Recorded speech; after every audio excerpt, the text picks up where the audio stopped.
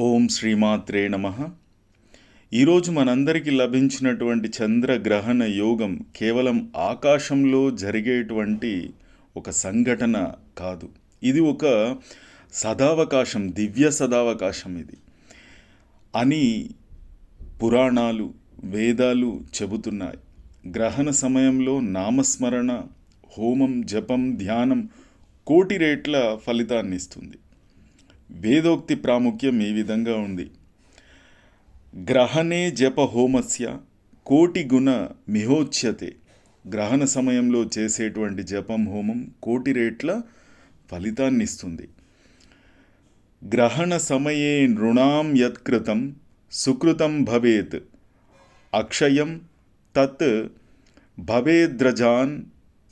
ఇది మత్స్యపురాణం చెబుతుంది. ఈ సమయంలో చేసినటువంటి పుణ్యకార్యాలు అక్షయంగా నిలుస్తాయి. భావగీతం: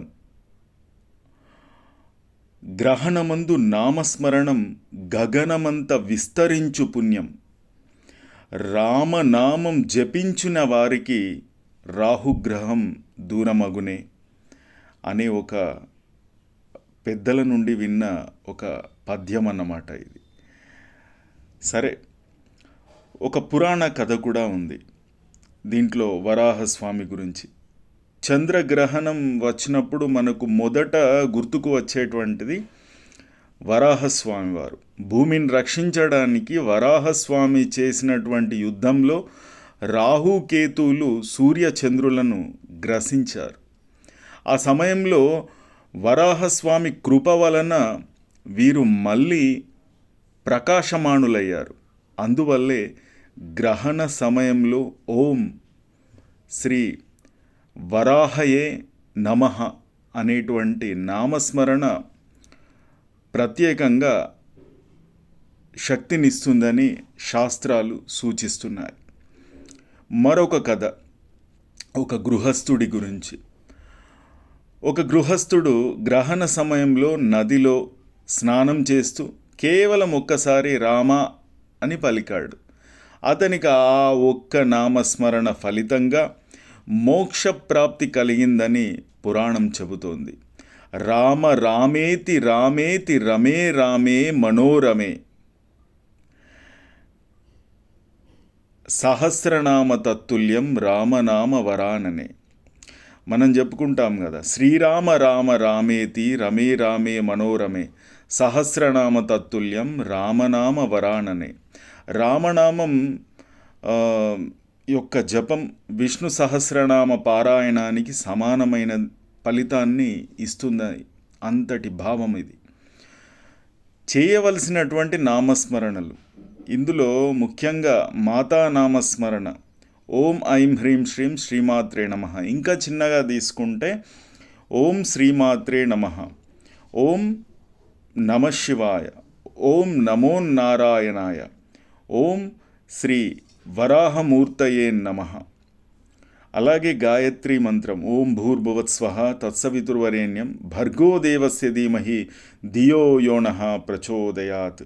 శ్రీరామ జయ రామ జయ జయ రామ అనేటువంటి నామం ఇది సమర్థ రామదాసుల వారు శివాజీ మహారాజుకు సమస్త లోకానికి ఉపదేశించినటువంటి మంత్రం. దీన్ని చేయాలి. రామనామము రత్నము వంటిది, శివనామము శాంతినిచ్చునటువంటిది, మాతృనామము మోక్షదాయకమైనటువంటిది, వరాహనామము రక్షణ సూచకమైనటువంటిది.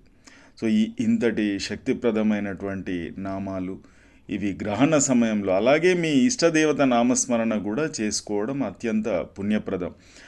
ఆచరణ విధానం: గ్రహణానికి ముందు స్నానం చేయాలి.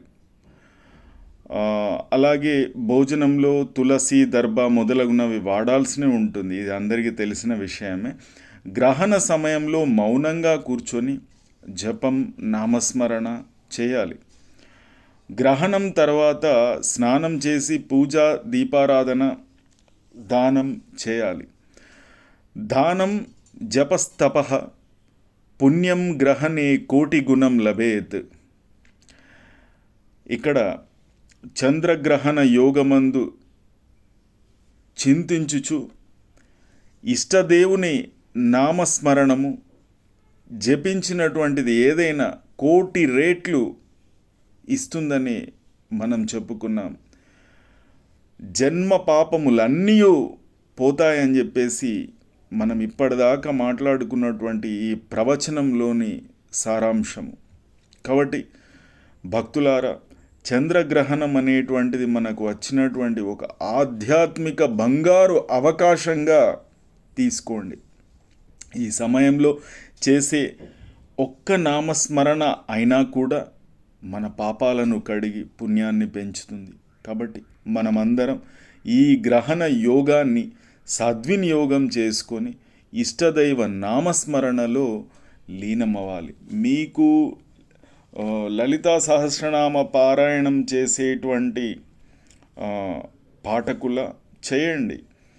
విష్ణు సహస్రనామం చేస్తారా? చేయండి. ఇష్టదేవత నామస్మరణం, మీ ఇష్టదేవత ఏది ఉంటే అది, లేదు నేను గురు నామస్మరణనే చేయండి. ఎలాంటి మార్గంలో ఉన్న వాళ్ళైనా ఆ మార్గంలో ఉంటూ అదే మార్గాన్ని అవలంబిస్తూ ఈ గ్రహణ సమయంలో పూర్తిగా మనస్సునంతా భగవంతునిపై కేంద్రీకరించడం అనేటువంటిది భగవత్ అనుగ్రహానికి మనం పాత్రులం తొందరగా కావడానికి అనుకూలమవుతుంది.